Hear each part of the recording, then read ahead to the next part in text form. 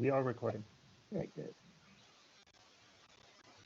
Good morning, good afternoon, good evening, depending on where you are joining us from. My name is Anton. I'm director of the Center for Energy and Security Studies, or CENESS in short, and moderator of the virtual meeting co-organized by United Nations Office for Disarmament Affairs, UNODA, the James Martin Center for Non-Proliferation Studies, or CNS, and my organization, CENESS. The title of our meeting today is the 10th NPT Review Conference, Challenges and Opportunities. As our meeting is virtual, it would be great help for all of us who have joined the meeting if all participants, except the speakers, mute their microphones and disable their cameras to avoid distracting background noises. I will wait for a few seconds to give the participants a chance to accomplish this task. Thank you. While the meeting we have is virtual, the challenges the humanity faces are real. Many analysts believe that the novel coronavirus pandemic is the greatest challenge facing humanity since the end of the World War II. Other analysts conclude that the risks of the use of nuclear weapons are higher now than at any time since World War II, while, as we know well, the arms control architecture is collapsing and the risks of nuclear proliferation are growing. The Nuclear Non-Proliferation Treaty, the NPT, is a cornerstone of the nuclear non-proliferation regime and a foundation for addressing proliferation challenges. The ongoing worldwide pandemic is a dramatic reminder that we are all in the same boat and the global challenges we face should be addressed collectively. While the 10th NPT Review Conference has been postponed, the state parties should use this hiatus to work together and to take advantage of additional opportunities in order to ensure a successful conference outcome. Our virtual meeting today seeks to foster dialogue on these issues and to help build the framework for a successful outcome to the 10th NPT Review Conference. Expert speakers will engage in a moderated discussion on issues affecting the REFCON, followed by Q&A session with the participants who have joined the meeting today. Before I give the floor to our first speaker, a few words about the format and ground rules of the meeting. The event is on the record and being recorded, so feel free to tweet as often as you like throughout the meeting. This is, I think, the good news. Each presenter will have up to 7 minutes for their remarks. The floor will be open for questions and brief comments after all scheduled remarks have been delivered by the presenters. If you have a question or brief comment, please raise your virtual hand by clicking the hand button in the meeting control bar on your screen. 2 or 3 rounds of questions will be conducted depending on the time available. I will collect up to 5 questions or comments during each round. When you have the floor for a question or comment, please limit your intervention to a maximum of 1 minute. All 7 presenters listed in the agenda are available for questions and will stay with us during the whole meeting. So all 7 of them will participate in the follow-on discussion. The meeting will be closed at 12:30 p.m. New York time, which means in 90 minutes after it began. Okay, now when the ground rules of the meeting have been established, I would like to give the floor for opening remarks to the United Nations High Representative for Disarmament Affairs, Izumi Nakamitsu. Ms. Nakamitsu, please, the floor is yours. Thank you. Thank you so much, Anton. Distinguished panelists, and those distinguished panelists are in fact all good friends of UNODA. It is a real pleasure to welcome all of you to this virtual event. I'm so pleased we could partner with our colleagues and friends at the Center for Non-Proliferation Studies and the Center for Energy and Security Studies to arrange this panel. The COVID-19 pandemic has forced all of us into various forms of isolation, but it is indeed heartening to see how people are working on innovative solutions to keep the world moving and to keep other important issues on the agenda, including the NPT. The postponement of the 10th NPT Review Conference was, of course, disappointing. But it is also, as Anton already mentioned, it could be an opportunity, one that NPT states parties really should use wisely to help see the grounds for success whenever the review conference is held. Because we must be frank, let's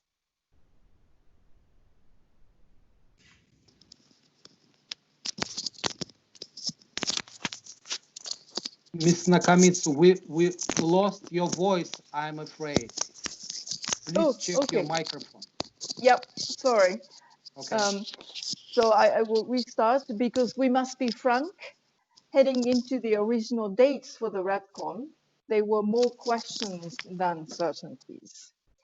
Those questions continued to circle about preparation for the conference, and it is now up to states to get down to the business of resolving them.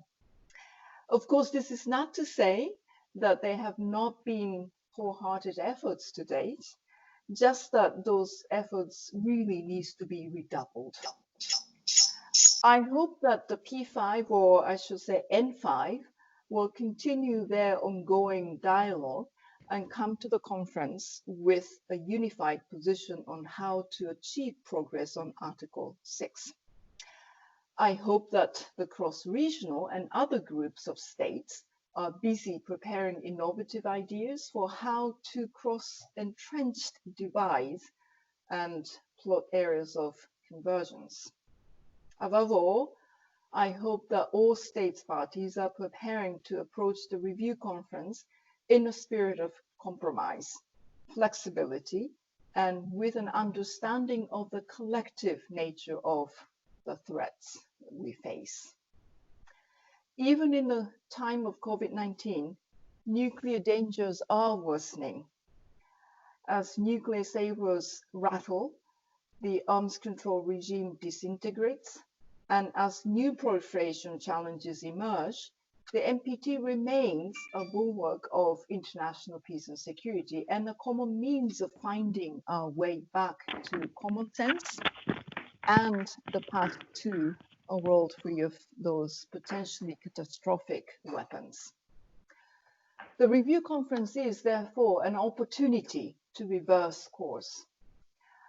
I see 5 key areas in which states initiate this process.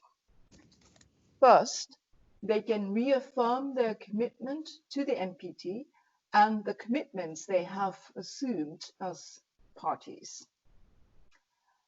Second, they can reaffirm the norm of nuclear non-use, that these weapons are in a class of their own and must never be used again. Third, they can agree on risk reduction measures and confidence building measures.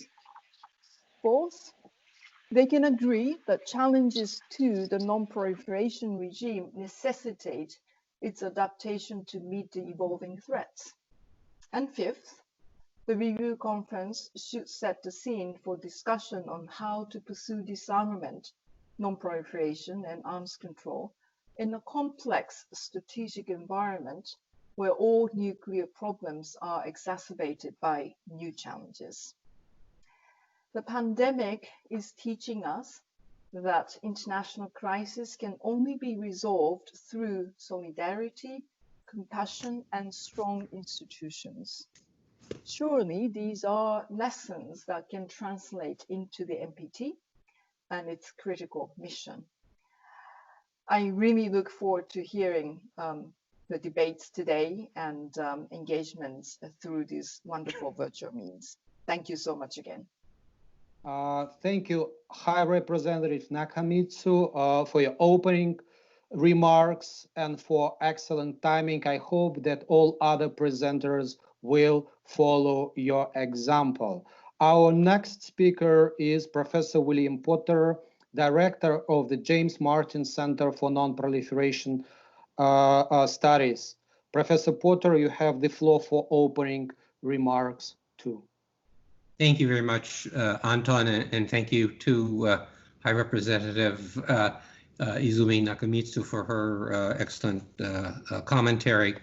Good morning, good afternoon, or good evening, as the case may be. This is not exactly the same environment as Annecy or the RevCon, but it's still great to be with so many friends of the NPT, albeit virtually. Because we have such a rich program, I'm going to be very brief in my remarks, although I may be more pointed than some of the other speakers who are professional diplomats, but I think that's what's expected of me. Let me begin with the good news and then turn to the very bleak situation we confront. The good news is that we are fortunate to have an exceptionally talented president-designate at the helm and an unusually experienced team of main committee chairs already in place. That's a blessing, but they will need every bit of their diplomatic skill and perhaps magical powers as well to pull a rabbit out of the hat when states finally convene for the review conference. In my view, the challenge they face stems first and foremost from the overall state of disarray in global affairs, including with respect to non-proliferation. At a time when every nation on this planet is experiencing an extraordinary affliction provoked by a virulent but nearly invisible adversary, we are more disunited than ever, at least more so than I have witnessed during my 40 years in the non-proliferation business. The cleavages are growing day by day, as are attendant nuclear risks. The bilateral and multilateral arms control architecture that served us very well for the past half-century is crumbling and is on the verge of total collapse, something that almost certainly will transpire should nuclear testing resume, as some would have it. Yet we seem at a loss about how to take corrective action. To quote UN Secretary General Antonio Guterres, "A wind of madness is sweeping the globe, making everything more unpredictable and uncontrollable." Compounding this problem is that many states parties seem to be afflicted by collective amnesia, all too willing to forget what they agreed to at past NPT Review Conference meetings under the pretense that conditions have changed and therefore prior commitments are no longer relevant. If that argument is given credence by NPT parties, one must ask, what is the utility of negotiating further agreements, including even watered-down consensus review conference outcome documents? My penultimate observation is that what we often observe in the NPT review process has little connection to proliferation developments writ large. This leads me to caution against treating the success or failure of the next review conference as a meaningful test of the health of the NPT or the broader non-proliferation regime. Witness the usual reluctance of states parties at NPT meetings to devote any attention to issues such as nuclear brinkmanship in South Asia, or for that matter, nuclear force modernization in the United States, Russia, and China. In other words, we must face up to the fact that there is a surreal quality to the NPT review process, and we should not place too much faith in its improved performance, regardless of the acuteness of the threats we confront. Nowhere is this more evident than the reluctance of the past 3 PrepComs to grapple in a meaningful fashion with the frequently noted shortcomings of the so-called strengthened review process. In this regard, perhaps there is merit in the idea proposed by Tariq Rauf to take a bold step and consolidate the next review conference with the PrepCom scheduled for Vienna in 2022. Such an innovation, driven in part by necessity, would enable us to have more confidence that by then the pandemic would have receded. The additional time and the possible appearance of new political leaders in some key countries might also make possible the adoption of more prudent arms control and disarmament policies. My final point concerns what I regard to be the most acute nuclear danger today, the potential for the United States and the Russian Federation to stumble through accident, miscalculation, misperception, and due to the total erosion of respect and trust, into an escalatory process in which regional crises involving their forces might actually result in the use of nuclear weapons. Regrettably, this dire situation involving the US and Russia now appears to be emerging in US-Chinese relations as well, a development that can only spell disaster. I would hope our distinguished panelists will offer some creative ideas about how we can address these risks in the NPT review process, embrace meaningful nuclear risk reduction measures, and commit in one fashion or another to the enduring principle that a nuclear war cannot be won and must never be fought. If we are unable or unwilling to do so, I fear that the pandemic we are experiencing in the biological sphere will only be a prelude to a far more devastating nuclear nightmare. Thank you. Thank you, Bill. Next, we have three panelists. And first, I would like to give the floor to Ambassador Maria del Socorro Flores Liera, permanent representative of Mexico to the Conference on Disarmament. Ambassador Socorro Flores, the floor is yours. Thank you. Thank you very much, and good day to all. I want to thank the organizers for inviting me to this webinar. I feel honored to participate, as keeping momentum through substantive dialogue is extremely important for the NPT process. As said by previous speakers, we are living in a complex and dangerous times. Most of the international architecture on disarmament and arms control is being eroded by the same countries that understood its importance. Apart from the demise of the INF Treaty and the most likely termination of the Open Skies Treaty, the perspective of the New START's extension is clouded in pessimism. Some nuclear powers are considering resuming nuclear tests. There is a rise in military expenditure, including for the modernization of nuclear weapons, contrary to the NPT. And we hear mutual accusations among nuclear weapon states and even inadmissible rhetoric on the use of force. No wonder why the doomsday clock was recently adjusted forward. The COVID-19 crisis has shown us that there are other immediate dangers that need to be addressed, and that nobody can be secure if we all are not secure. We need to strengthen cooperation if we want to tackle together current challenges, including nuclear disarmament. It is in this very difficult context that we are approaching the 10th RevCon. Some argue that the postponement opens up a window of opportunity for a successful outcome. I am cautiously optimistic. I hope that, bearing in mind the new reality and global realization, all actors will revise carefully their priorities and truly engage to ensure a positive outcome. I will highlight some issues trying to address the questions posed by the organizers. And first, the NPT has been successful in limiting non-proliferation and ensuring the right to access nuclear technology for peaceful purposes. However, in the pillar of nuclear disarmament, limited progress has been achieved. It is crucial to understand that the Great Bargain, the basis to adopt the treaty and its indefinite extension, is precisely the fulfillment of the premises that give content to the three pillars. Two, the conference should reinforce the importance of compliance through the reaffirmation of existing commitments and provide a path toward their full implementation. It is deeply concerning that some states are citing the current security environment as an impediment for any progress in the field of nuclear disarmament and renege their commitments due to its supposed lack of relevance in the current scenario. Such a narrative is sowing the seeds of discord, mistrust, and lack of belief in a real commitment by the state parties, particularly nuclear weapon states, with the fulfillment of the treaty damaging its effectiveness and validity. Arms control and disarmament are not fair weather activities. Meaningful disarmament can facilitate and improve security environment by building confidence and trust between partners. These are not just empty words or fantasizing.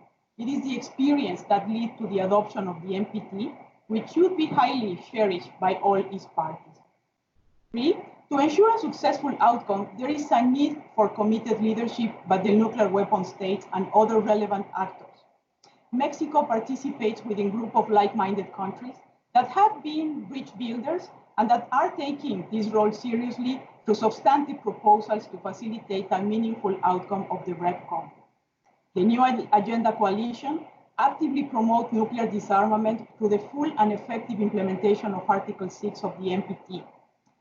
We will continue to recognize the value of the 13 steps toward disarmament and the 2010 action plan as key to achieve that objective. Through the preparatory process, NAC has presented working papers with concrete proposals to enhance our commitment. Other group, the MPDI, a group that represents a diversity of views and geographical regions, has also presented concrete proposals to facilitate compliance with the NPT 3 pillars, understanding that they are independent and mutually reinforcing. Those proposals have been carefully crafted and deal with, amongst other issues, transparency, nuclear risk reduction, and strengthening of the NPT review process. Mexico recently joined other 16 countries in issuing a communique on the 50th anniversary of the NPT entry into force. While it recognizes the value of the treaty in contributing to international peace and security, it also underlines the urgent need to implement concrete, transparent, verifiable, and irreversible nuclear disarmament measures to fulfill the obligations and commitments based upon agreed benchmarks and timelines. Given time constraints, I just will mention a very few additional areas. First, we need a human-centered security paradigm to nuclear disarmament. Conceptions focused solely in state security through deterrent policies is not sustainable. Therefore, building on the recognition of the 2010 agreement on the catastrophic humanitarian consequences of any use of nuclear weapons and the reaffirmation on the need for all states at all times to comply with applicable international law, including international humanitarian law, there should be a more nuanced recognition of the scientifically proven health, environment, gender, and socioeconomic impacts. While COVID-19 has demonstrated the lack of preparedness nationally and collectively to confront a non-military security threat, we should fully comprehend that in case of a nuclear detonation, no preparation is possible to deal with the magnitude of the consequences. Just some words on nuclear risk reduction, because I think it's a very important topic of discussion in the REPCON, but it should be approached cautiously, as it can be understood differently by different actors. It should be grounded on the understanding that the total elimination of nuclear weapons, to which we all have committed, is the only certain means to avoid its risk, and the focus should be both on disarmament and non-proliferation measures. Finally, we think we should pay more attention to gender and increase participation of civil society. The pandemic has demonstrated the link that exists between disarmament and development. We are clearly not operating on the basis of business as usual. This pandemic has affected fundamentally the social and economic structures of our societies. There is an offensive contrast with the enormous resources allocated to military spending, while counter-cyclical measures are needed. The new arms race is an affront to the commitment to fulfill the sustainable development goals. The next REPCON is the space for dialogue and for enhancing trust in the system built around the NPT and previous review conferences. We don't need to revise or change commitment. We need to focus on implementation through concrete measures. I thank you very much for your attention. Thank you, Ambassador Sakura Flores. Our next panelist is Ambassador Aidan Liddell, Permanent Representative of the United Kingdom to the Conference on Disarmament. Ambassador Liddell, please, the floor is yours. Thank you very much indeed, Anton. I hope you can all hear me okay. Yeah.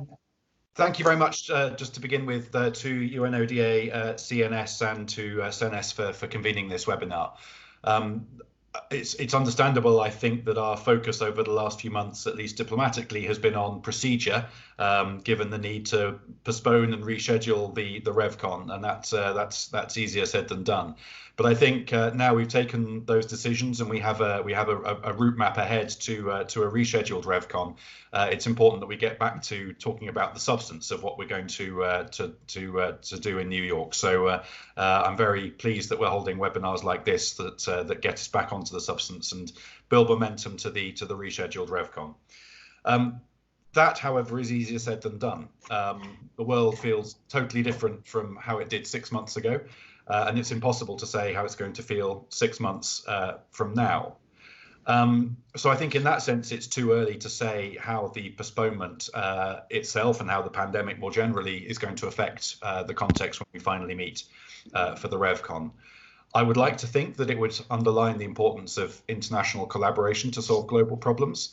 But on the other hand, it may well exacerbate existing tensions instead. Politics in all of our countries is changing in ways we don't yet understand.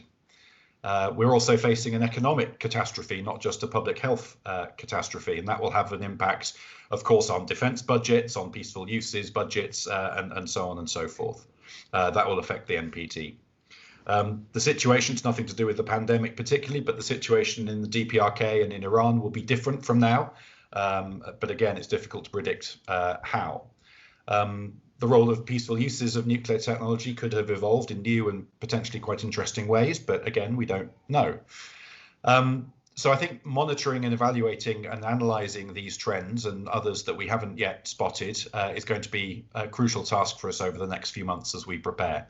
And again, I think discussions like this, bringing in a wide range of perspectives, is going to be really important as we pick our way through this new world.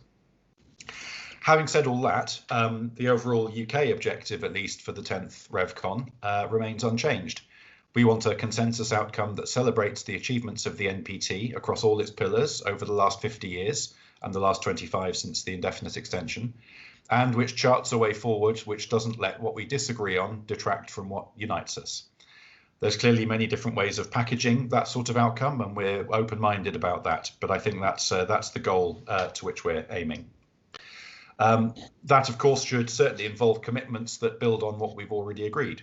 Socorro said rightly that we recognise the value of the 13 practical steps in the 2010 action plan, and they've dated remarkably well considering they're now 10 and 20 years old, respectively. We also, however, need to adjust our route map to take into account the current situation.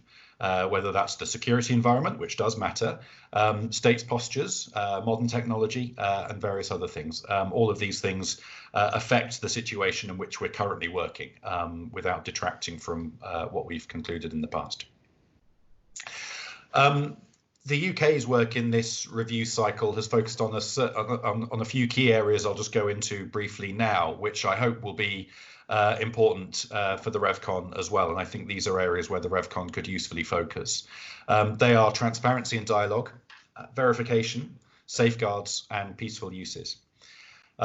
First, transparency and dialogue, I think we've all recognised for a long time is important for building trust and confidence, both amongst the nuclear weapon states, which affects the security environment, but also between the nuclear weapon states and the non-nuclear weapon states.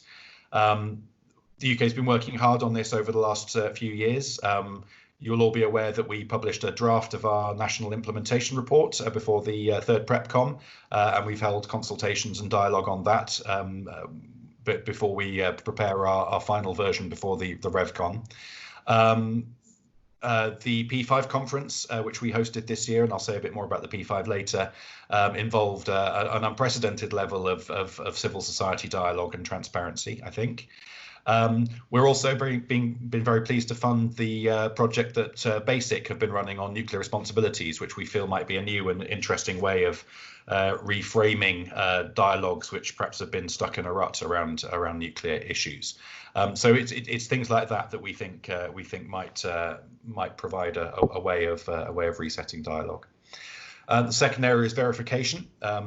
Again, this audience will know it's a fundamental technical challenge to a world without nuclear weapons under strict and effective international control, which is what we're aiming at. The UK has long been a champion of technical, practical verification work through the Quad, through the IPNDV, and through the group of government experts, and we continue that, including in the next round of the group of government experts, which we're a keen champion of. The third area, non-proliferation.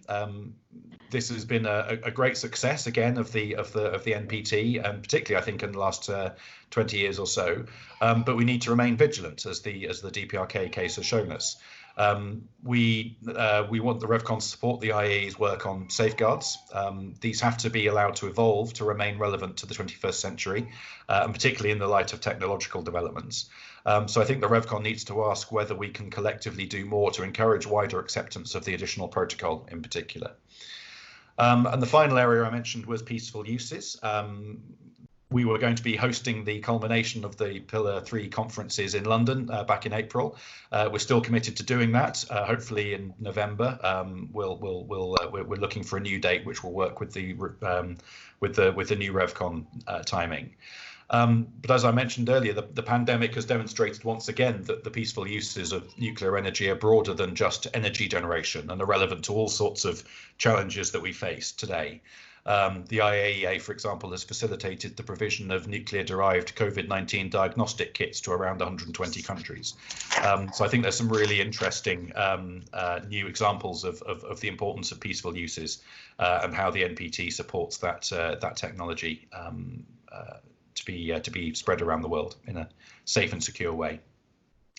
I'll just come back to the P5 process to conclude my opening remarks with.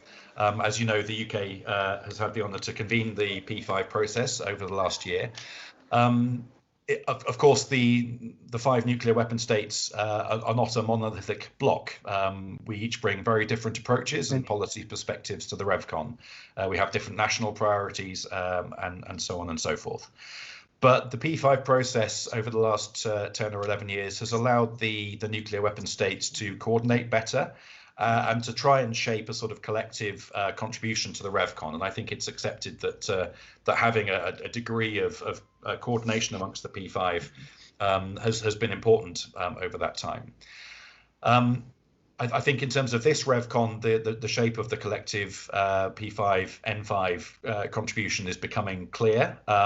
It's going to be around transparency and dialogue, again, particularly on nuclear doctrines.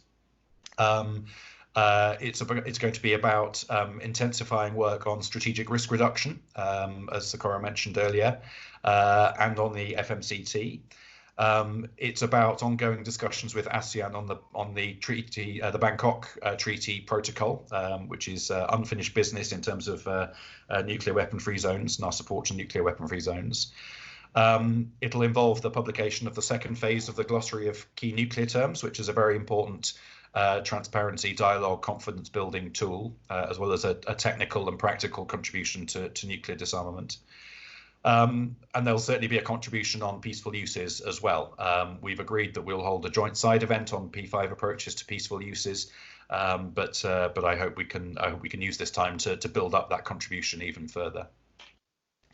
The timing of the next P5 conference, of course, is yet to be decided. We agreed in London in February that France would host that, but quite when that will happen in relation to the rescheduled RevCon is to be decided. But of course, the P5 continue to work hard on those issues that we agreed on in London, and we hope to use the extra time to progress those even further. I'll leave it there. There's plenty more we can discuss later, and I'm looking forward to the discussion. But as I say, I think it's really important that we're having this conversation. I look forward to several more over the next few months, and hopefully by the time we reach the RevCon in January or whenever it might be, we'll be in really good shape, and we can aim for as good a result as possible to celebrate the successes of this important treaty and strengthen it for the years to come. Thanks. Thank you, Ambassador Little. Our next panelist is Ambassador Ben Lagner, resident representative of Switzerland to the IAEA and permanent representative of Switzerland to the CTBTO Preparatory Commission. Ambassador Lagner, the floor is yours, please. Thank you, Anton, and good morning, afternoon, or evening to everybody, wherever you are It's a pleasure to be on this panel. Whether the postponement increases the prospects for a successful review conference will of course depend to a large extent on how the general context evolves. At present, it doesn't look very promising, and I would be less optimistic that it is likely to improve. It may even deteriorate further. It seems therefore difficult to see how we can reach an agreement on a traditional, comprehensive consensus outcome document, which has traditionally been the benchmark of a successful review conference. And this is where I think we need to be more flexible. The important thing is that we can have a good substantive debate on important issues and also think creatively about possible alternatives to this traditional big document that could capture the debates and could therefore still contribute to a successful review conference. Of course, the postponement offers some opportunities. They have been mentioned. We have additional time. We have additional time to try and find compromise language on some of the key issues where we will not be able to agree. For example, how do we view the TPNW? Here, of course, cross-regional bridge building groups have an important role to play. And Switzerland is a member of one of the newly formed cross-regional groups, the so-called Stockholm Initiative.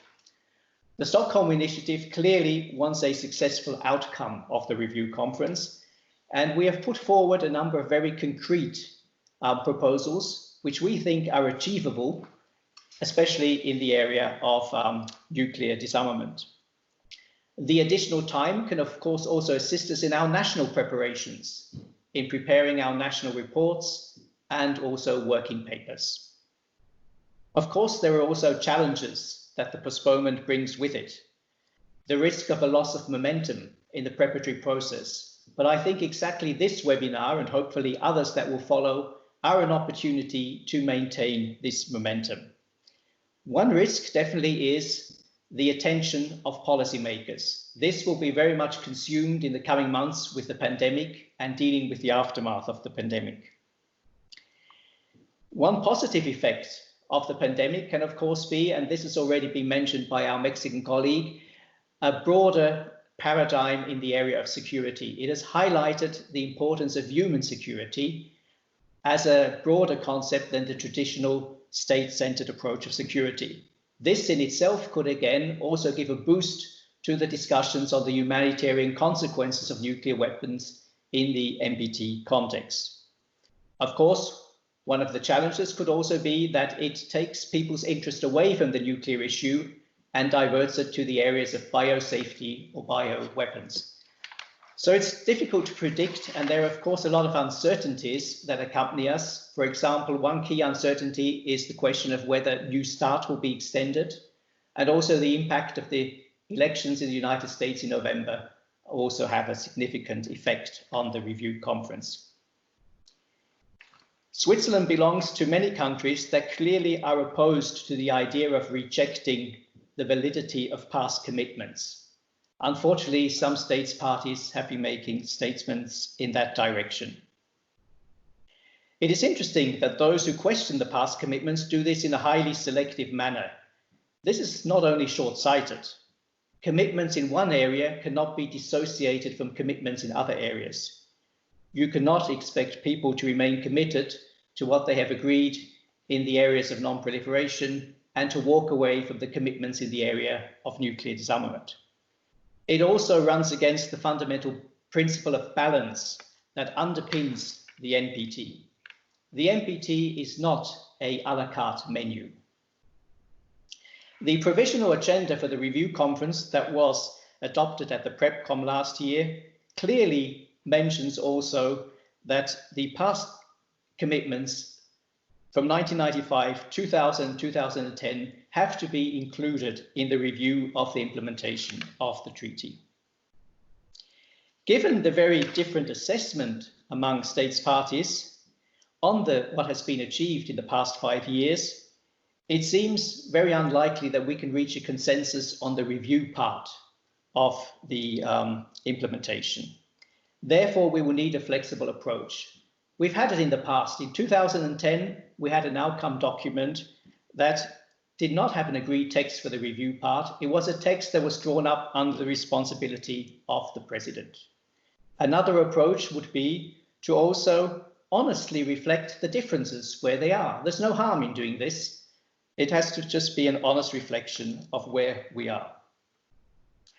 The second major task of the review conference, besides looking at the past, is trying to look forward and identify areas where further progress can be made. The obvious point of departure, in my view, should be the 2010 action plan.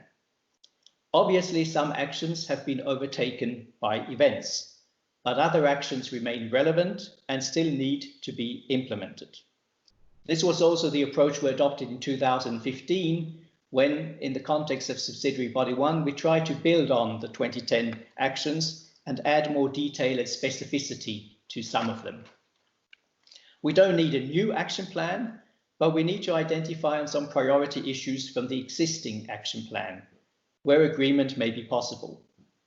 Risk reduction should be one of these issues. It is seen by many as a top priority in the current volatile international security context. It should therefore be a main topic of discussion in subsidiary body 1. Other issues where consensus recommendations would seem to be within grasp are transparency and supporting nuclear disarmament verification efforts. Now turning to the second and third pillars, as I'm based in Vienna, the review conferences have of course played an important role in securing the non-proliferation successes of the past. What can the 2020 review conference do to continue this trend? I would like to just highlight 3 areas that I think are particularly important. Further strengthening safeguards. There are political, technical, and financial challenges to further strengthening safeguards. The political challenges include, for instance, the existing legal framework. In 2010, at the time of the review conference, 18 states parties had not yet brought into force a comprehensive safeguards agreement. This has now dropped to 10. 102 states parties had in 2010 an additional protocol in force. This has increased to 136. Just over 30 in 2010 had a small quantities protocol based on the revised text. This has now risen to 62. But despite this progress, there is still a lot of work to be done. Re-endorsing the previous calls for action on these issues would therefore be a useful contribution by the 2020 review conference. We have heard some colleagues mention new and emerging technologies as a challenge. Export controls are an important instrument to ensure that new and emerging technologies are not misused for proliferation purposes. The review conference should again include language calling on states parties to establish and implement effective national rules and regulations, and to make use of the guidelines and standards adopted by multilateral regimes such as the NSG and the Tsanga Committee. Finally, another important issue in the area of non-proliferation, nuclear security. There has been a lot of work done in the past years on strengthening national nuclear security regimes and the global nuclear security architecture. The recent international conference on nuclear security, organized by the IAEA, was a remarkable success and adopted a substantive ministerial declaration. This declaration contains negotiated and agreed language that could be useful for the work in Main Committee 2 and for a RevCon outcome document. And it would be useful if the RevCon could highlight some of the key elements of this ministerial declaration. Of course, we also have the regional and country-specific non-proliferation challenges. And this year, I think the Iranian nuclear issue and the JCPOA will play a much bigger role than in 2015. It is difficult to see how debate can be avoided on this issue this time. And it is also difficult to see at this stage how consensus language can be found on this for an outcome document. At least we can expect a heated debate. At the worst, it could even be an issue to derail the conference. There are a number of difficult issues in this context. While the vast majority of states parties see the JCPOA as a major contribution to strengthening the international non-proliferation regime, the United States and some other countries will hardly agree to share this positive assessment. Mr. Ljungberg, I apologize for interrupting you, but if you will wrap up within the next 30 seconds, I would appreciate that you speak for 10 minutes. Okay, well, the other issues are, of course, the current situation of the JCPOA, and then, of course, we have the issue of the arms embargo looming in the Security Council in October. And finally, peaceful uses. Of course, this has always been a non-controversial issue or not a very controversial issue. Clearly, many states parties benefit from the work done in this area.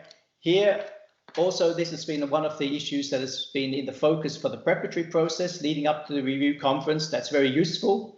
It can link us to the wider agenda of sustainable development goals, which are important for many countries. But my view is that, however wishful it is to highlight activities in this third pillar, it cannot substitute alone for a lack of action and new forward-looking steps in the first pillar. Thank you, and sorry for going over the time. Thank you, Ambassador Ljungberg, and I apologize for interrupting you, but this is my job today to take care of timing of the meeting. Our next speaker is Ms. Gaukhar Mukhatzhanova, Director of the International Organization and Non-Proliferation Program at the James Martin Center for Non-Proliferation Studies. Ms. Mukhatzhanova, please, the floor is yours.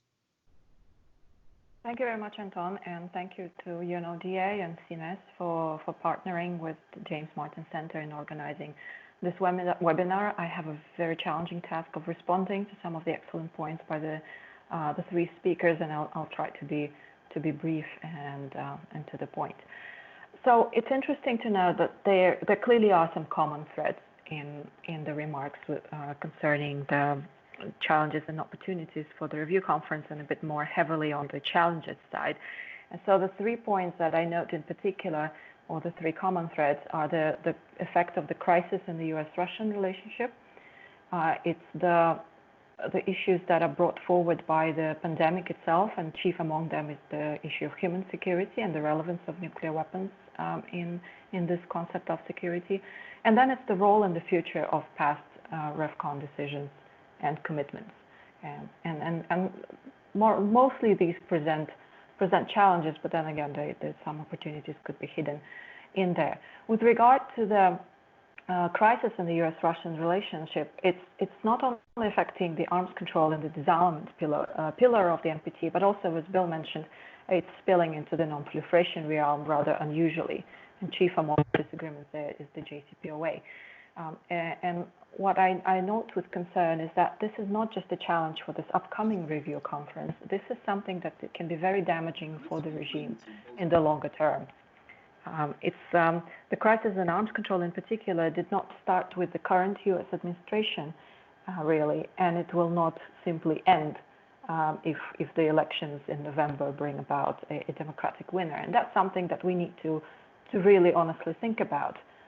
Because it's very tempting to just hope for the outcome, good outcome for most of us, in November, and then think that it's going to be all returned to normalcy. This is far from certain, and it's something that the states should somehow try to prepare for and consider the longer-term future of the regime, where some of its main key actors may not be as interested or as invested as they used to be from the beginning.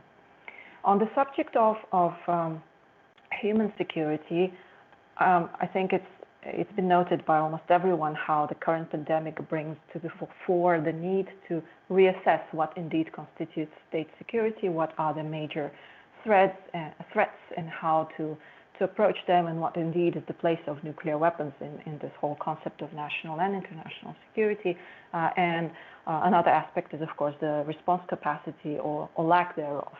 And I think that feeds not only into the humanitarian discourse writ large, but also into the particularly topical discussion about risk and nuclear risk reduction. And in the past several years, we've mostly concentrated on the probability side of that equation, whether we have a higher probability of use of nuclear weapons. And the other aspect, how to respond to a potential case of use of nuclear weapons. Is there a national or international capability to do so?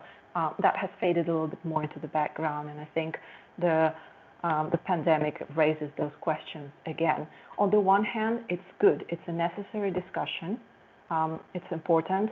On the other hand, as was mentioned before, it does have a potential of exacerbating some of the divisions that we witnessed in the previous review cycle. Up until recently, I did not at all expect the TPNW, for example, the ban treaty, to be a core disagreement necessarily, because the states on the humanitarian, on the ban treaty side, were prepared not to make it sort of the central point of debate. But the reemergence of broader questions underlying the very logic of negotiating that treaty, I think that might bring back the divisiveness that plagued the review cycle leading up to the 2015 review conference, and that's also something to consider in the run-up to this 10th one. Now to the issue of past REFCON commitments, and that seems to be truly the central point in the discussion in the past several months. And I note that there is a broadly shared view among NPT state parties that past commitments remain valid, and that they should be reaffirmed and in some cases defended against attempts to undermine or sometimes outright dismiss their validity or relevance. And that transcends regional and ideological divides, so that's good news, and could potentially be a basis for some kind of a broad agreement at the next review conference. Admittedly, though, that is a fairly low bar to clear. And on the less good news side is that there's a lot less clarity on what to do with these commitments in terms of both the review of their implementation and taking them forward. There are methodological and, of course, political challenges to conducting an objective, effective review of implementation, not to mention actually agreeing on this language by consensus. So it's not only is it unlikely that the 10th review conference agrees on the review part, as Ambassador Lagne mentioned, by consensus, but it's also questionable that we will ever really have a proper consensus-agreed review. You would note that even in the good old 2010 REFCON, we didn't have the consensus agreement on the review part. And by the way, happy 10th anniversary to the action plan, which was adopted exactly 10 years ago today. So in that regard, it is probably time for states and interested experts to look seriously and above all practically at what exactly they're trying to get out of the review. And see if there are ways, like one of the suggestions, to have sort of an honest account that is not agreed, or at least honest account of what different states consider to be assessment of implementation, and leave it at that without trying to find the lowest common denominator on which all states can sign on. So that's as far as the review part goes, and we can admit in that kind of format, we perhaps can admit that while past commitments writ large remain valid, there are certain steps that are no longer implementable as phrased, right? We can recognize that some treaties don't exist, and then taking it from there, discuss why, and also highlight that the issues underlying those steps when they were adopted, they are still relevant, right? So if we don't have CTBT in force, it doesn't mean that the CTBT is no longer relevant. It only means that we have work to do. If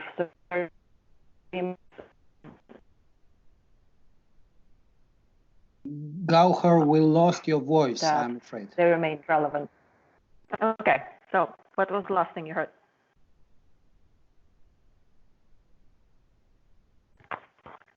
Still nothing? We can hear you now. Please continue. Okay, what was the last thing you heard, so that I know where to start, where to pick up? All right. Right. So I'll just soldier on like nothing happened, because we're talking about REFCON, and that's what we do at REFCON. All right. At least Ambassador Little can hear me, I can tell. So we can acknowledge that certain treaties no longer exist, but then we have to also underline that the issues themselves remain relevant, right? So issues like bilateral arms control or the anti-ballistic missile defense problem. So So this is one area where states can consider practical approaches to conducting review at the next review conference. On the forward-looking side, I very much like the idea of building on at least the 2010 action plan and identifying some more specific priorities and benchmarks. It is a very rational and logical idea, but it is also hard to see realistically states agreeing by consensus on specific targets at this upcoming 10th Review Conference, considering some of the positions of nuclear weapon states in particular. And so this is a challenge, and it's also an open question whether arriving at some specific measures and targets in only certain areas like risk reduction or transparency or verification would indeed be enough for the majority of non-nuclear weapon states. And I think Ambassador Flores already sounded some caution about at least the focus on nuclear risk reduction. But that said, I think that is the most important, perhaps, the practically possible area for states to focus on in their preparatory work in terms of doing their own consideration about what they want to get out of the review in practical terms and reaching out to countries both like-minded and sort of across the aisle to see if they can work out some more or less common approaches in the run-up to the 10th Review Conference whenever it might actually convene.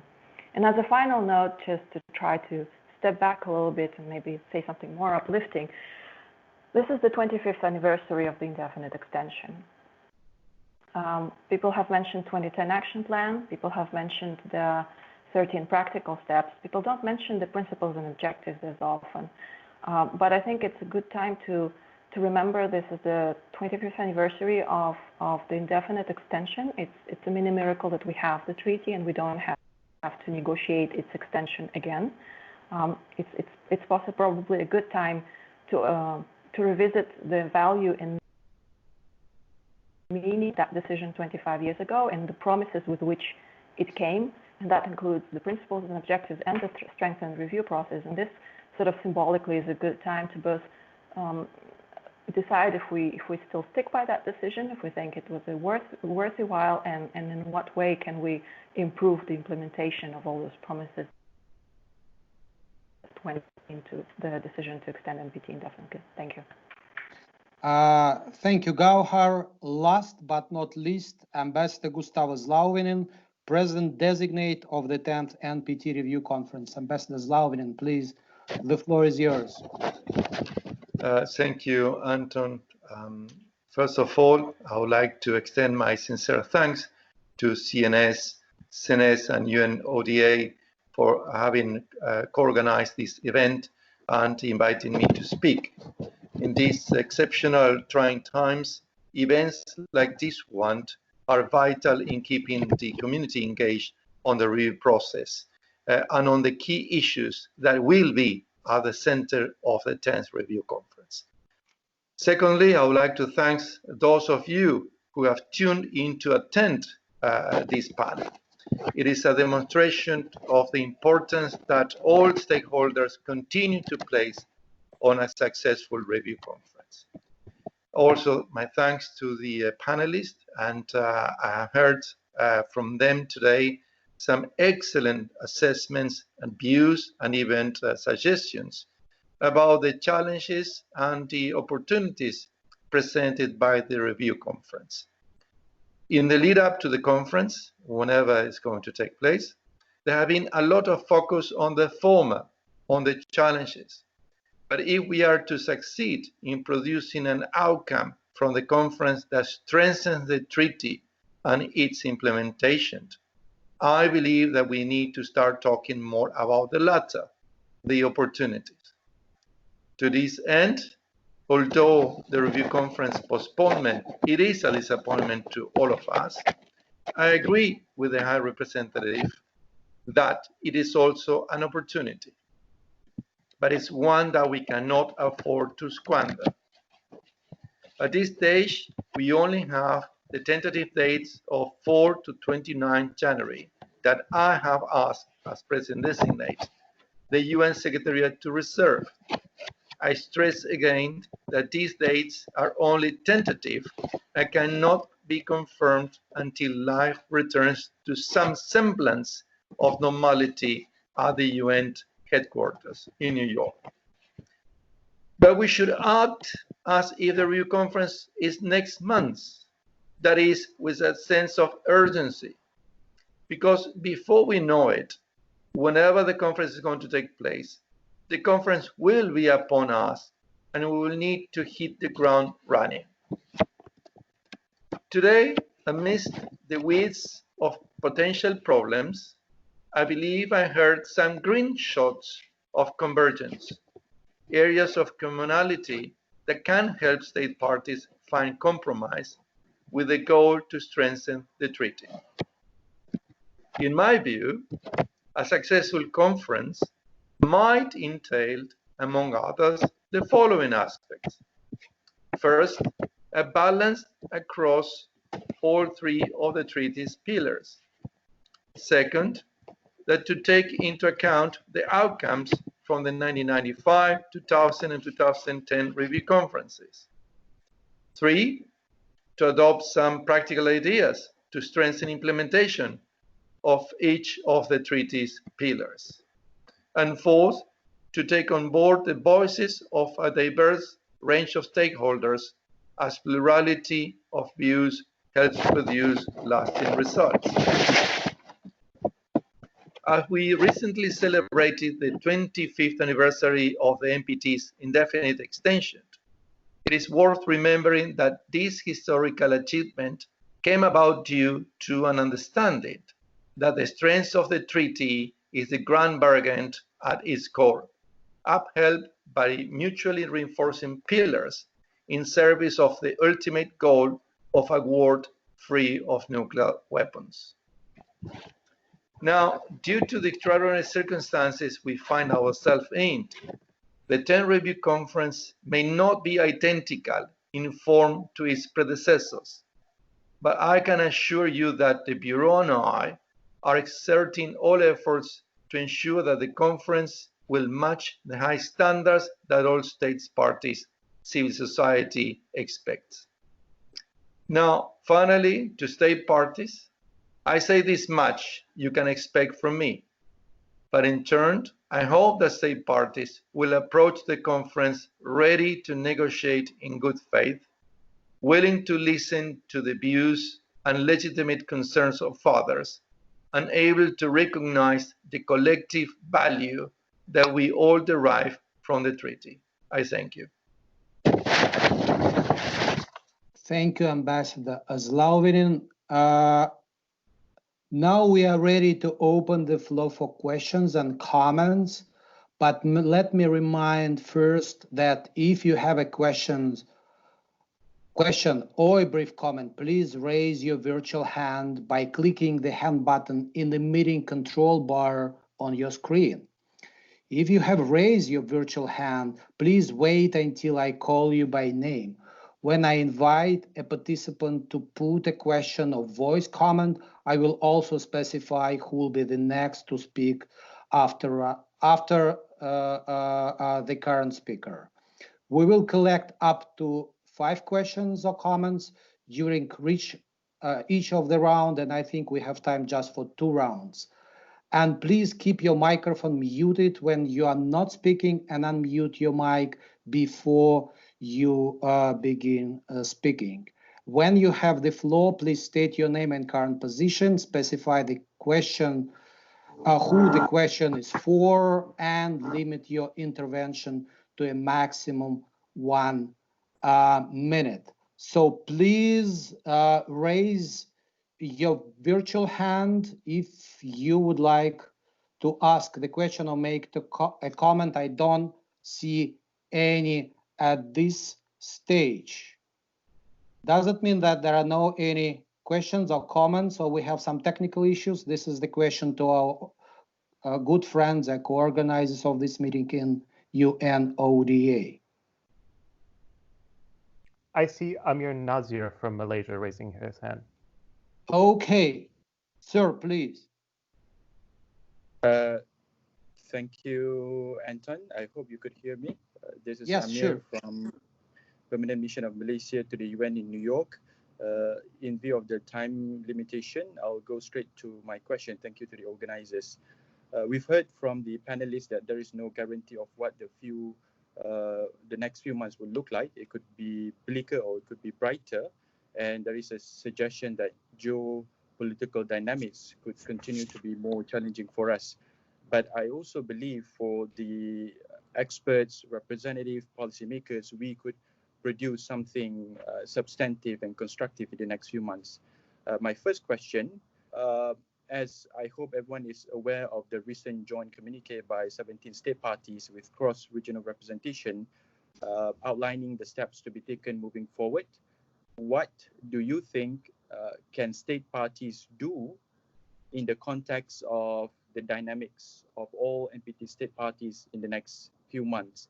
Because we know the ground and the landscape, all the players that have been out there, what can we do to improve the situation through this initiative, or what initiative taking note of all of the issues? Second question is addressed specifically to Ambassador Liddle.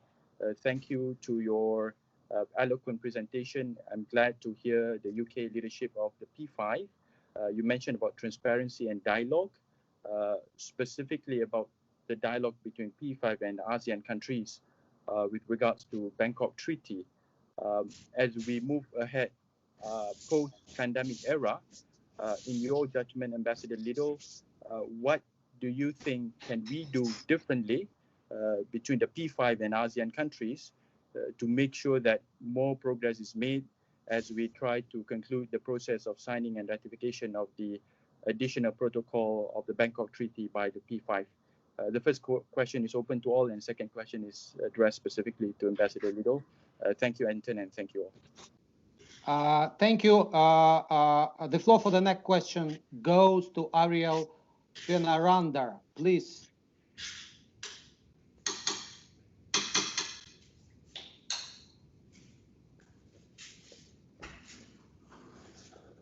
Ariel Penaranda, can you hear me? Please unmute your mic.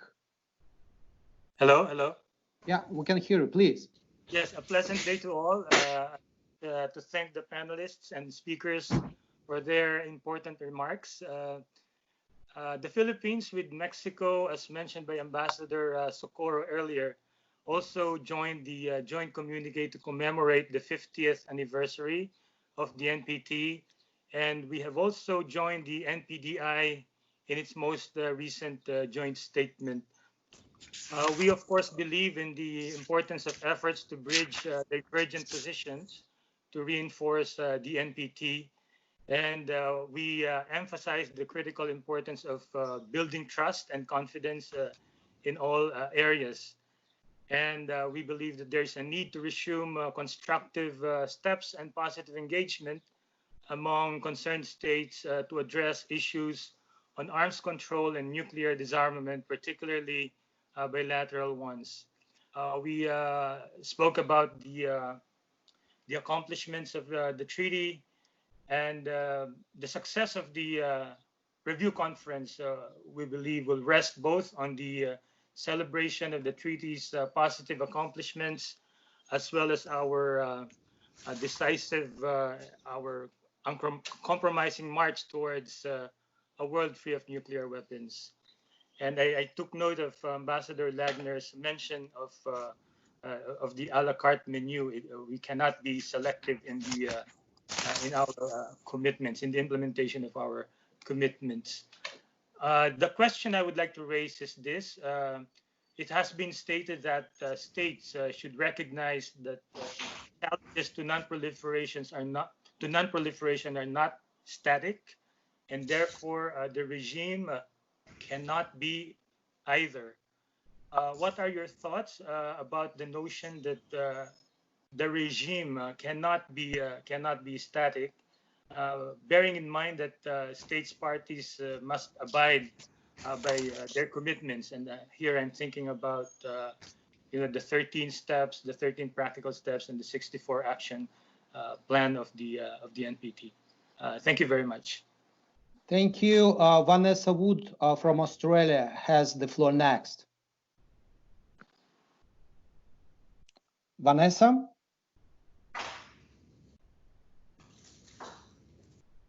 Thank you. Sorry, I hadn't unmuted myself. Thank you very much to the presenters. My question is for Benno Lagner, and I'm particularly interested in the question about how we build a workable platform on risk reduction out of the review conference. And I recall a seminar that UNODA supported earlier this year, where Switzerland made a really, really thoughtful, excellent presentation. And it was the first time I'd seen a state party really flesh out how we could actually build that platform.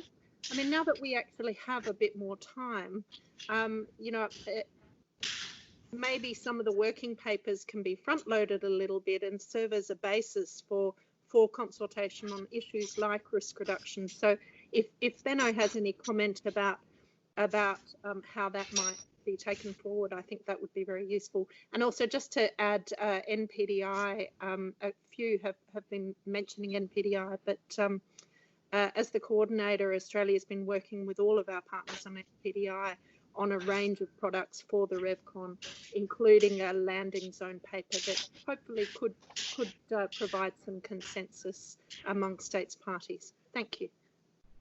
Thank you, Vanessa. Daryl Kimball is the next.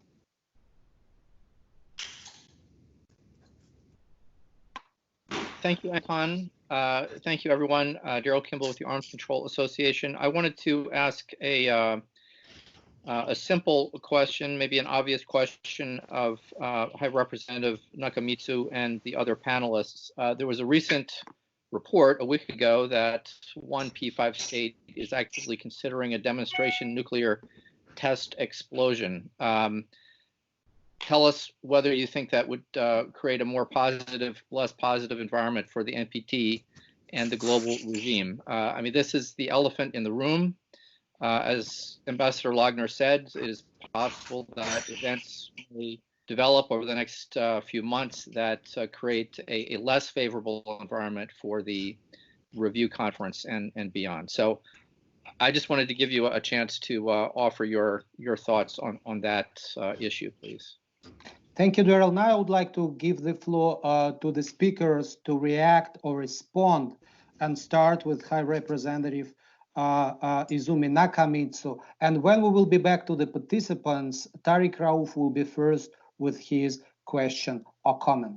High Representative Nakamitsu, please. Thank you. Thank you very much. First of all, to all the panelists, I listened very carefully all the presentations, and there are some really good points.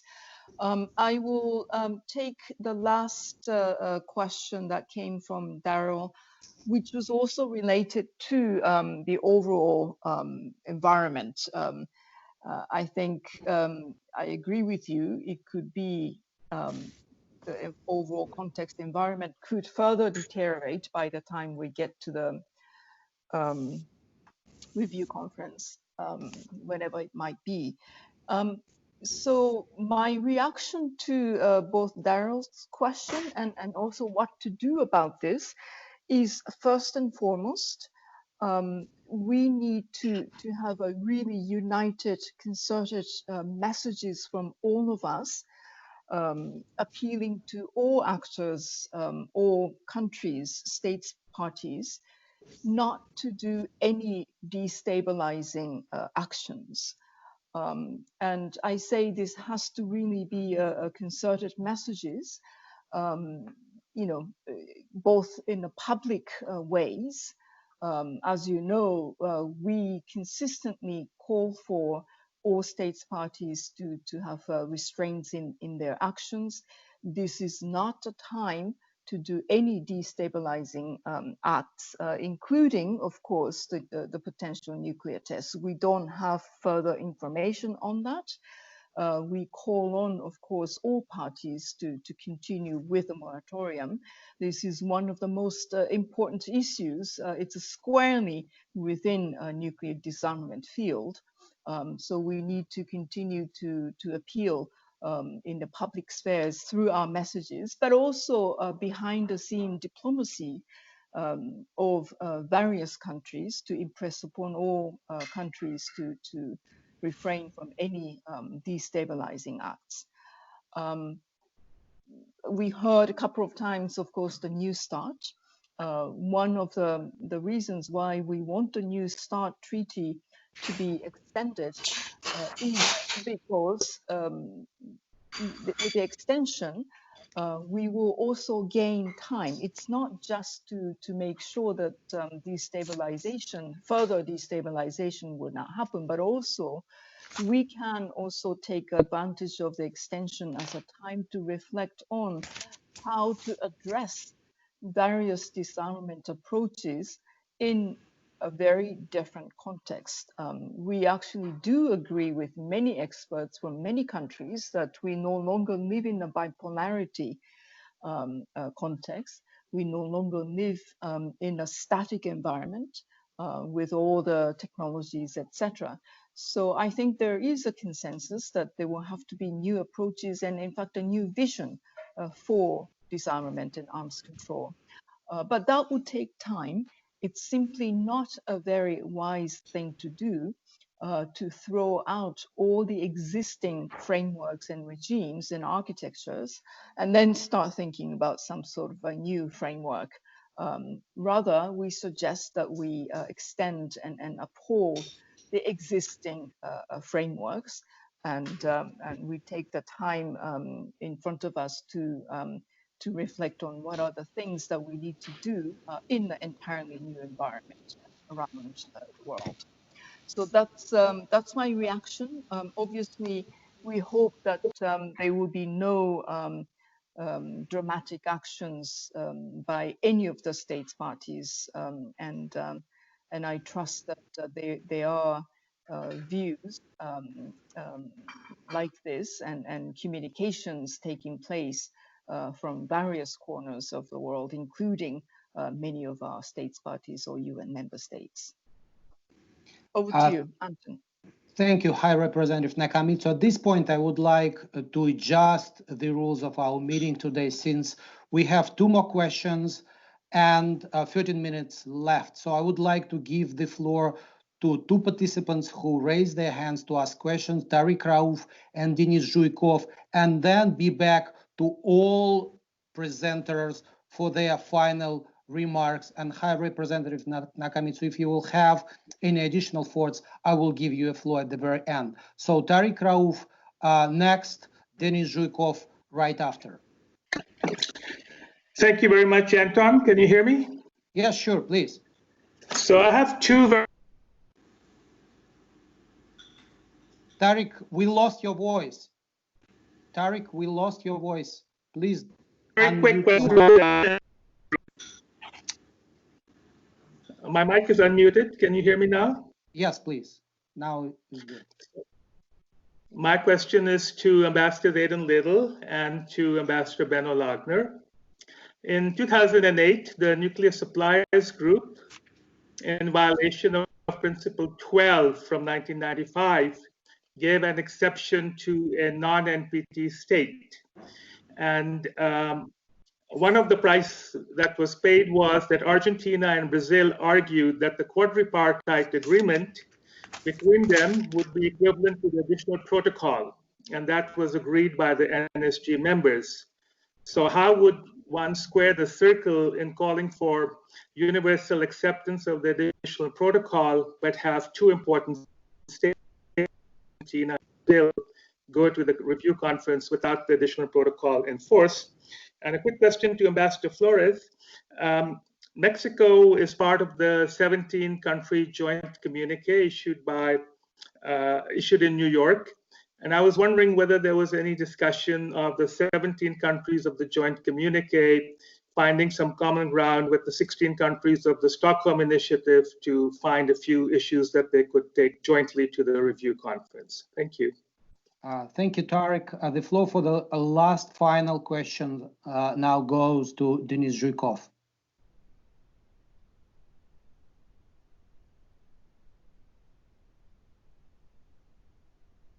Denis, can you hear us? We cannot hear you.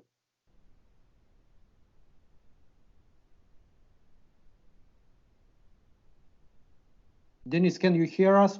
We do not hear you. Okay, then I think we'll go back to the presenters. So Professor Potter, you have the floor.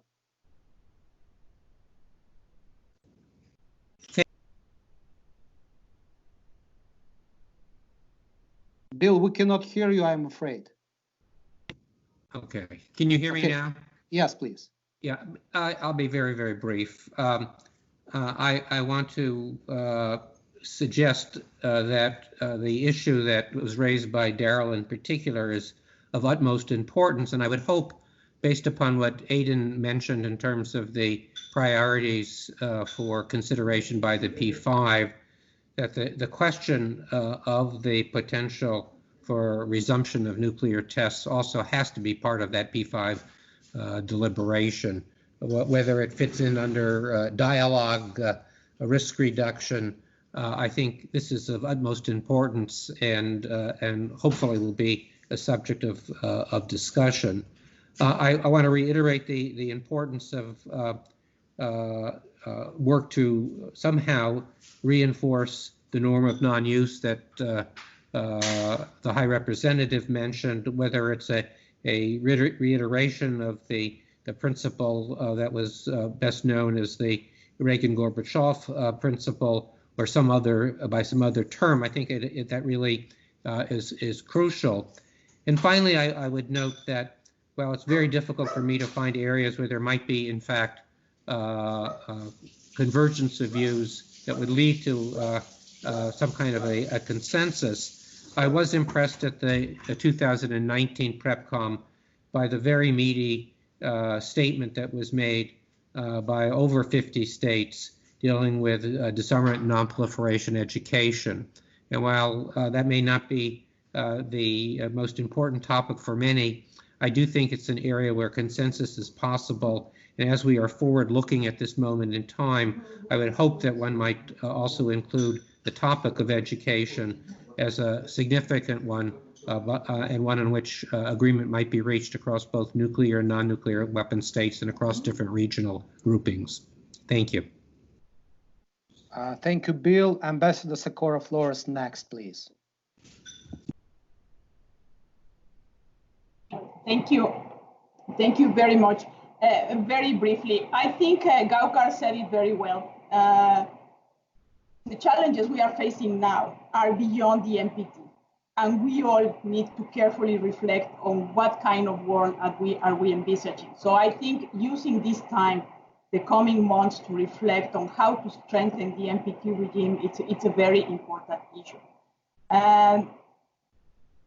But we cannot come to a conference when we are not committing to the past commitments. I'm sorry to say it that way, but there is a floor, and the floor is the recognition of commitments and implementation. And I know it's very difficult. Many of you have said that we need to make a very careful assessment, and I absolutely agree. But that assessment has to start by recognition of existing commitments.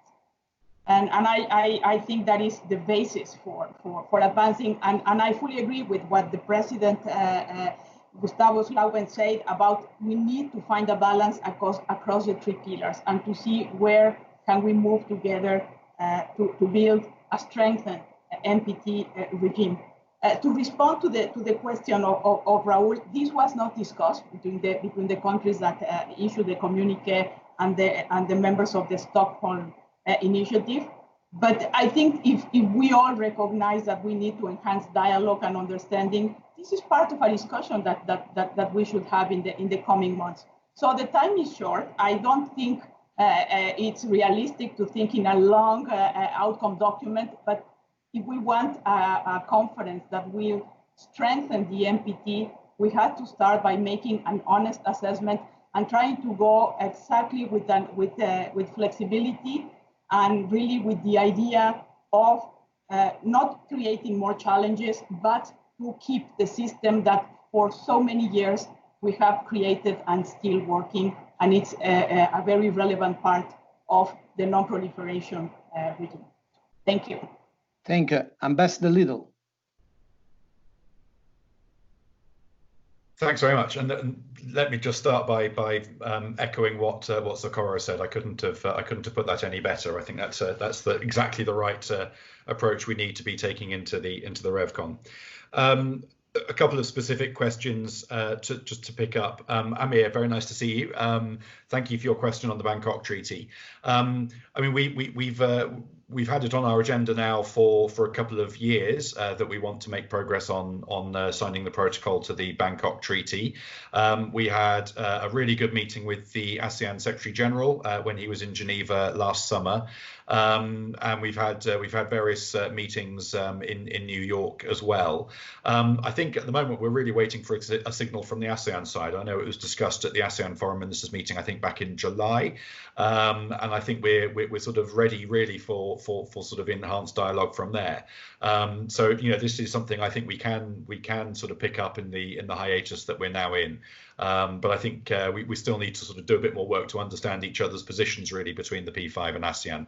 But that's something we're absolutely ready to take forward. So look forward to further conversations on that. Tarek's question on the nuclear suppliers group, I will happily leave to Benno as an expert on NSG matters, which I am not. But I wanted to pick up something that Benno said earlier, which is that he hopes that the pandemic didn't distract from the NPT at the expense of to the advantage of bioweapons and biosecurity.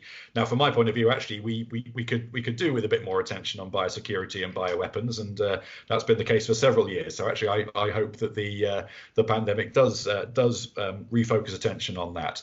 But I agree with him that there are other important issues, and the NPT is absolutely front and center of the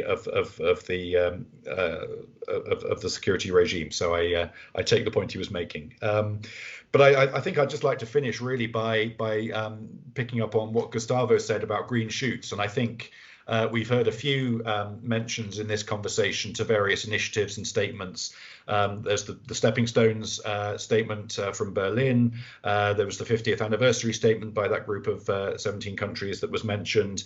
Vanessa's mentioned the work that the NPDI have been doing, and I'm certainly looking forward to seeing the results of that. And there are plenty of others. And while, of course, we're not negotiating yet, and I couldn't sign up on the spot to all of those things, all of these statements and initiatives are clearly good faith efforts to try and find common ground, and I think that's really encouraging. And so I hope that we can use the next few months to really deepen the conversation from here and try and arrive in New York as well prepared as possible. Thanks very much. Thank you, Ambassador Little. Ambassador Logner. Well, thank you, but I think I'll only be able to answer Vanessa's question. You're right, Vanessa. Risk reduction has been a priority issue for Switzerland, where we have also become a champion on this issue in the SG's disarmament agenda. Now, what the RevCom should do is, I'll give you 3 points. First of all, we should have a clear declaratory commitment by nuclear weapon states against any use of nuclear weapons. We've heard a lot about renewing the Reagan-Gorbachev statement, whether this is the right format or a different kind, but some kind of a declaratory statement making clear that use of nuclear weapons should be avoided. Second, the P5, the nuclear weapon states, should of course continue and deepen their dialogue on strategic stability. And this should include a discussion both on risks related with current policies, doctrines and postures, but also looking at risks stemming from new technologies, new capabilities. Thirdly, we would want the nuclear weapon states to develop some practical measures to reduce risks. There are technical measures that can be looked into. There are confidence building measures, measures in the area of communication. I'll just leave it there. But most importantly, I think risk reduction should not be a one-off issue for the review conference. It should be an issue with a continued focus during the entire review cycle following the review conference. So maybe coming up with a kind of a risk reduction work plan that will take us through the review cycle until the next review conference, using the prep comps also for reporting back to all the states parties on what has been done in these areas by the nuclear weapon states, and so to have a continued and substantive conversation on this issue over a longer period of time. And I'll leave it there. Thank you. Thank you, Ambassador Lagner. Gaukhar, please. Thank you. I don't think there are any questions specifically to me, but the broader question of what can states parties do in the meantime, I would just go back to my point about seriously considering what in practical terms they want to get out of the review and how to build on the past commitments and reach out to other groupings, regional issue-based groupings, and use this time if even they are unable to meet in person, but this actually in some respects makes it easier to organize virtual consultations, to reach out and really try to understand where everybody stands and try to flesh out, not necessarily negotiated language, but at least some common areas where agreement could be possible on the measures building on the past commitments of the RevCon. Thank you. Thank you. Ambassador Slovenes.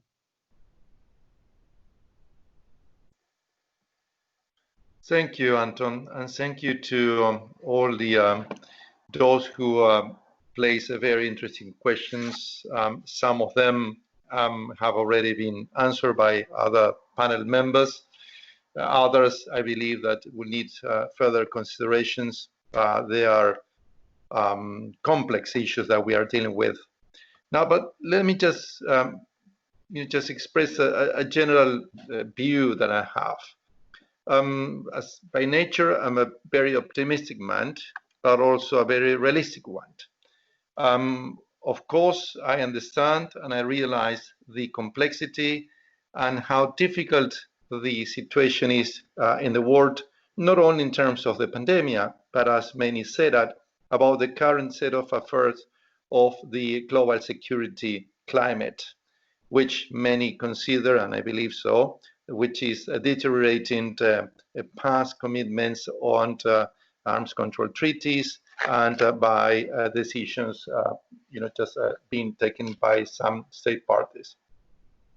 If one were to consider that, yes, many would say that the 10th Review Conference, whenever it may take place, have no chance of reaching any outcome at all, whichever format may have or may like to have. But still, always I like to remind myself how difficult was, I wasn't there obviously, but how difficult it was for our forebears, our predecessors, that negotiated the treaty itself in the midst of the Cold War. So now if we were to have to negotiate that treaty back in the 70s, probably will be facing even more difficult challenges than today. The same goes for our predecessors 25 years ago, that they have to negotiate not only the indefinite extension of the treaty, but also the decisions and the resolutions on the Middle East nuclear weapon-free zone. That was not easy to achieve, and some that have participated today were there in 1995 and can testify that it was not an easy diplomatic feat. So this is not the first, probably not the last time that we as a community, as NPT state parties and stakeholders, we have faced it in the past, and we may continue to face it in the years to come. So this should not be an excuse, not to do our best as state parties, as NPT officials and civil society members, to give up immediately, or even just to use that excuse to keep pushing and postponing the review conference, for no reasons. I believe that we have to hold the bull as it comes and do our best and try to find, as I said, what are those commonalities, that common ground that unite us. And I do believe, and I say that in all my consultations with state parties and delegations in Geneva, New York, and Vienna, all of them, all delegations that took the floor, reiterated the importance of the NPT and how important it is to keep its credibility and integrity. No one No one spoke against the NPT.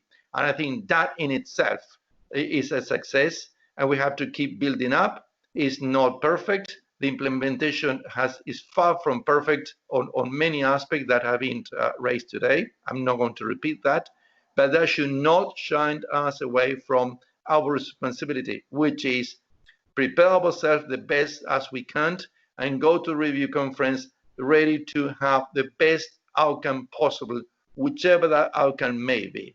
That's my message as a president designate, and hopefully everyone will be in the same page, regardless of their national positions, regardless of the national interest. But I believe that it's everybody's interest that the NPT preserve its credibility, integrity, and we keep moving on and keep strengthening, but in particular, strengthening the implementation of all the obligations under the treaty. Thank you, Anton, and thank you all the organizers. Thank you, Ambassador Slovenes. The final question I have to UN High Representative Izumi Nakamitsu. Ms. Nakamitsu, do you have any further reactions or responses? Because the final question was asked before you had the floor. No, go ahead. Go ahead. I will just say a few words as a concluding remark, but please go ahead. No, I mean, that's it. If you have final remarks, please go ahead with the final remarks, because after that, I'm going to close the session because we run out of time. Okay, all right. No, thank you. Thank you so much. They have been all said. The things that I wanted to repeat have always been in the minds of our collaborators. So, you know, it really shows that we are thinking in the same way. If I borrow the expression of Ambassador Slovenes, I think we are now on the same page. There are some concrete things that we could do. You know, non-use principle to be reaffirmed. It doesn't have to be exactly like Reagan-Gorbachev statement, but I think there are ways to reflect that and reaffirm that in the context of NPT review process. I noted with interest what Professor Potter said about nuclear testing, and I'm sure Ambassador Little has already been thinking about those issues to be also discussed in the context of N5 platforms. But I wanted to actually end with what Gaukhar says. You know, the increasing tension, the rhetorics, deteriorating strategic environment is not just because of one leader of one country or any leader of any of the superpowers. I think this really indeed reflects something of a profound shift or evolution of the overall security geopolitical situation. And we need to actually get to the bottom of it. And that's why the Secretary General himself also stated in the CD last year, there is probably a need for a new vision for disarmament and arms control. And I think the NPT provides a very important platform for us to all start doing that. So let us not miss this opportunity. We know that NPT has been extremely resilient. It's been, you know, we don't believe that even if we don't have a successful outcome document or documents, plural, NPT is not going to collapse. It's been very resilient, very successful.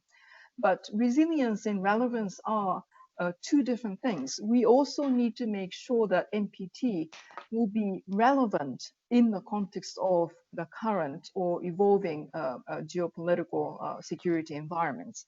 So let's use this opportunity to start reflecting really where we are at the global security level environment, and what are the things that we need to do. And I hope that the next review conference, the 10th review conference, will be a springboard for that, because this is, in the end, all about our common security. So with that, thank you so much. There are some really good practical ideas that came up. One good thing is that people still remain extremely engaged in this issue. And so I am encouraged. Let's keep up this momentum and work hard for the NPT Review Conference successful outcome as well as beyond. Thank you. Thank you, High Representative Nakamitsu, and I apologize that we don't have more time for questions and comments from the participants. I have no plans to summarize everything that has been said during the last 19 minutes. I would like to thank all presenters and the participants who have spent with us last 90 minutes. Very special thanks to the United Nations Office for Disarmament Affairs and the James Martin Center for Non-Proliferation Studies for their cooperation in organizing this virtual meeting. My best wishes to all participants, and stay safe and healthy in these unprecedented times. Now the meeting is over. Thank you and goodbye. Thank you very much, Anton. Thanks.